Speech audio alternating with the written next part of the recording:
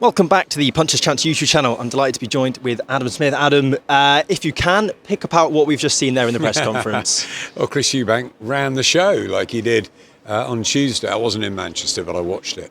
Obviously, the egg went viral, and he did his job there. Whether we condone it, yes, we don't want fighters to put their hands on each other before a fight, a press conference, and a head-to-head, but I've been there many times. I was just with Derek reminiscing about the table and various other shenanigans. So look, it's the fight business, and things are going to happen. And today I thought, again, he was clever. The way he was spinning Eddie around. I mean, I worked with Eddie for 10 years. There's no one better at running press conference. And Chris was fantastic the way he dealt with that. I thought it was very clever what he said about the 50 grand for the fighters.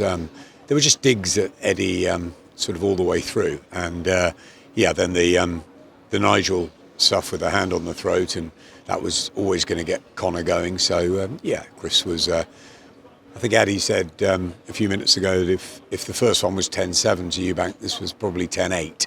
I don't think Conor Benn cares. I think he just wants to fight. I think he'd do it now.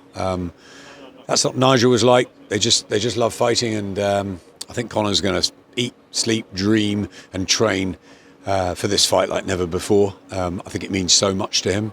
I think it means a great deal to the Eubank family too. But we don't see Senior around. Obviously, they had the tragic loss of Sebastian as well. It's been a very difficult time for the Eubank family over the years, and they're a brilliant family for boxing. So same with the Benns. I'd love to see Chris Senior around this fight, but I think it means a great deal to both of them for pride and machismo and the name and the legacy. But I think back to Amir Khan and Kell Brook, and sometimes a fight just doesn't turn out the way you think it is, and a lot of people are picking Chris Eubank to win this because of his size and his experience, the fact he's fought at world level. But he is mid-30s now, and this is Conor's moment. I think what he's gone through in the last 2 or 3 years. So I think that evens it up a little bit. We don't know who's going to win. Yes, Chris may be favourite going in, but it's a difficult one to pick apart and analyse. I'm starting to think maybe like Nigel fought Michael Watson, all the fire and the fury, and he knocked everyone out beforehand, and Michael just knew how to sort of absorb that and turned it on him and became the first man to beat Nigel Benn.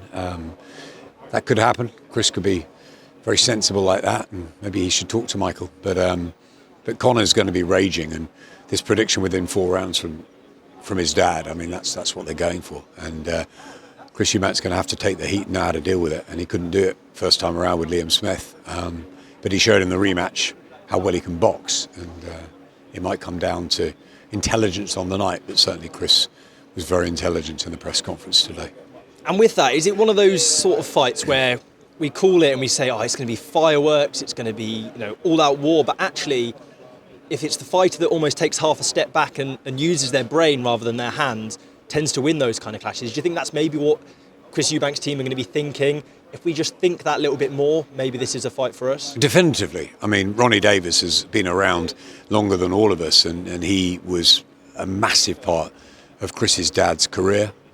Having him around, Jonathan Banks, what he doesn't know about boxing, coming up under Emmanuel Stewart, and a really good fighter himself. They'll have a game plan, and they'll be wanting to rile up Conor as much as possible before the fight. Fight week's going to be incredible. The anticipation, white hot. But I think it'll come down to Chris will want to use his intelligence, and Conor's got to be aggressive with intelligence too. And Tony Sims has got to make sure that his charge is tactical as well as all about brawn. It's not. It's about thinking this. But it could be about timing too. Conor's a lot fresher, but he's been inactive, and it's a fascinating one. You can see it going so many ways, but I think it's going to be fiery. I think it's going to be very, very entertaining. We can't control it. We can't predict. We can only watch. But I think these two will really go for it, and I think we'll have a war here on April the 26th, and hopefully it'll be an absolute classic, and we can go again with it and get a rematch and maybe a trilogy. And with that, we're obviously in an empty stadium at the moment, and on fight night it won't feel anything like this. It's a big stadium, and you can't help but think if they fill it and it's even half as much energy as was on that stage, this is going to be a really special night for British boxing, isn't it? It's going to be an electric night. I mean, I think back to rivalries. Froch Groves at Wembley, very, very special, being 80,000, and a big sort of move up in boxing. I look at Khan and Brook in the Manchester Arena, which was an unbelievable, incredible atmosphere that night. But this is going to be very different. These two really, really hate each other, and the fans are going to be split between the pair of them. It's almost like a football fan's dream, isn't it? It's picking a side. It's going with your man. Is it Eubank or is it Benn? Do you like the heart on the sleeve and the real sort of grit of Conor Benn, or do you like the sort of posturing and playing and goading and intelligence but irritating sometimes of Chris Eubank Jr.? But he knows what he's doing. He's playing the game perfectly. And the lights go off. Moody. And they will. It will be very moody on fight night. And I cannot wait for it. It's got everything. We love stories, and it's just got so much in the pot ahead of this one. But the most important thing is that they're two fighters who want to win, and they're getting a ton of money. But one of them is going to leave here on April the 26th and go into April the 27th as a victor in one of the biggest British boxing histories of all time. And I spent a lot of time with Chris Sr. and Nigel in their careers, and it's amazing that their sons are doing it all over again, albeit the weight and the controversy and maybe not near the same levels as their dads, but with social media and egg throwing and posturing and YouTubes everywhere, it's going to be unbelievable in here. It's a fantastic stadium. As a Liverpool fan, I like nothing better than Anfield. I keep asking them to put boxing on there, but what Daniel Levy and his team have done here and what they've made this stadium into, it's an architectural dream. It's a fantastic place. Everywhere, every seat. When we were here for AJ Usyk and we got a tour of the stadium and the insides and outs and the hospitality, it's astonishing. It's going to be a special night at the end of April. And as well, it's just a fantastic time for boxing. Off the back of Bivol and Betebiev, and I'm down in Bournemouth for the Queensberry show on Saturday. I know there's a big show with Paddy Donovan in Ireland, and then we go to the women's night, and then Harlem Eubank the same night, and onwards through March, and April and May are going to be spectacular. So yeah, it's fantastic for fans at the moment, and it's brilliant that fighters are getting these opportunities. And who knows what Chris Eubank asked Turkey for, but you can imagine it was a huge amount of money.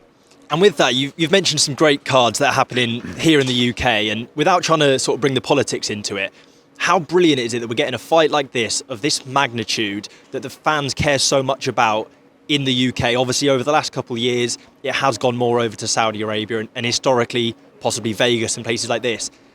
We are getting this in the UK with UK fans. There's going to be some busy bars downstairs in the stadium as well. It's going to be special. Is that important for this kind of fight? Football is the biggest sport in our country by a country mile. And, when I was at Sky, 90% was about the Premier League, and Sky Sports News were flooded with football. But I think boxing's the only other sport that, on its day, can stop traffic. And it's not every day. It happens maybe rarely. But when it does happen, everybody's talking about it. And everybody wants to know, and that's when the football fans become boxing fans. We've got the hardcore community who watch everything, who are down in Bournemouth or watching DAZN or Sky and are loving every minute of it, or stay up through the night and watch the American shows. But I think for something like this, it's a British fight night. So I'm so pleased that His Excellency has put it on at Tottenham, like they did with AJ and Dubois at Wembley. They're very clever. Obviously, Riyadh season is hugely important for them to get us to go to Saudi Arabia, and it's been an amazing experience in these last couple of years. And I went before, obviously, with AJ and Andy Ruiz, and the second AJ Usyk fight. But after my illness, I just couldn't believe when I came back that Eddie and Frank were talking to each other, and everybody was sort of under an umbrella. And I think it's just so good for the fighters. It's changed Josh Padley's life the last week. A week ago, he was fitting solar panels in a loft.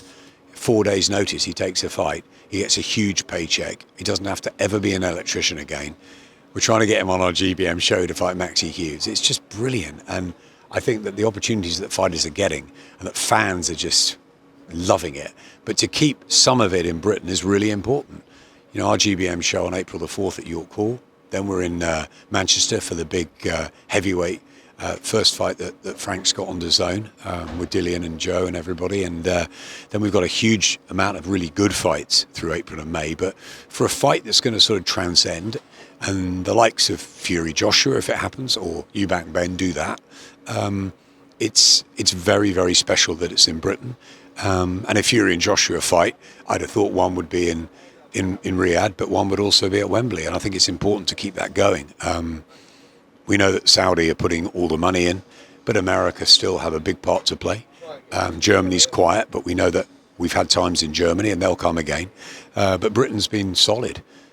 You know, I grew up on Eubank Ben. I ended up working with them, and now their sons are doing it all over again. This is 35 years of phenomenal times in British boxing. And we maybe just be having the best year. 2025 could be, if we got Fury Joshua as well, back end of the year, and we get Usyk in a defence or two. I mean, Canelo, Crawford, Dare We Dream, Gervonta Davis and Shakur. I mean, I don't know, there's just so much we could do, and anything's possible now in boxing, and that's just fabulous for, as I said, for fighters most importantly, because they're getting paid, but for fans too, who want to tune in and, you know, just, I look at the DAZN schedule and it's just almost every day, every other day, there's a huge fight or combat sport event. It's, it's magic for fight fans. With yourself working with GBM and with that, have you noticed a sort of trickle-down effect from the Riyadh season shows? You've obviously got the huge fights on the top, and those fights are getting made, and actually what we're seeing at sort of domestic level is fighters almost unable to find themselves on a card, and so they're moving to things like top tier, to GBM. Are you finding that actually you're maybe getting a slightly higher echelon of fighters coming onto those quote-unquote small hall shows because of the magnitude of the shows at the very top? Izzy won't like you calling it a small hall show. I think inverted commas. You won't be able to see it on the camera. I think GBM, you know, the production and the way that they've gone about the business in the last 3 years, and now on DAZN and a real platform. I think, you know, they're knocking on the door. Top tier, others are doing fantastically well. Top tier shows are amazing. And I think it is about 50-50 fights or 55-45 fights where maybe you don't have the biggest names. But yeah, I think we are getting some really good names. Hughie Fury's just signed a long-term deal with GBM, and he could be in the mix in 3-4 fights in the big glamour division. You know, we've got the likes of Kieran Malloy, who's an incredible amateur. You know, he beat Paddy Donovan, and you know, he's fighting at York Hall. Tin and Bradley. These are really good fighters. Shaquille Thompson. So yeah, I think we are getting some really good fights and fighters on GBM shows, and yeah, I think it's a really good time for British boxing, because you've got to have them coming through, and I think it's only a matter of time before Izzy gets a call from His Excellency, or maybe the other way around, and that Izzy and GBM get an opportunity on this sort of stage, and whether it's a Kieran Malloy or a Shaq Thompson or Tin and Bradley or Tycee Gallagher, whoever it is, somebody's going to get a call, and that's when Izzy might be joining them all on the platform. You know, we've had Ben and Calla up there as well, but really it's been Eddie and Spencer and Frank, and yeah, I mean, I'd love it if Izzy joined the party, because he's such an infectious character and he's so committed to it, and I think Mitch Costello and Izzy deserve that opportunity. But at the moment, yeah, it's about putting good British shows on, and the next one on April the 4th at York Hall is going to be an absolute cracker. We've got some big news next week as well, so stand by for that. That's brilliant. I appreciate your time, and on a personal note, I listened to your commentary last weekend, so just thank you for putting your voice to the sport that we all love. It's great to have you back, and thank you for the interview as well. Bless you. Thanks a lot.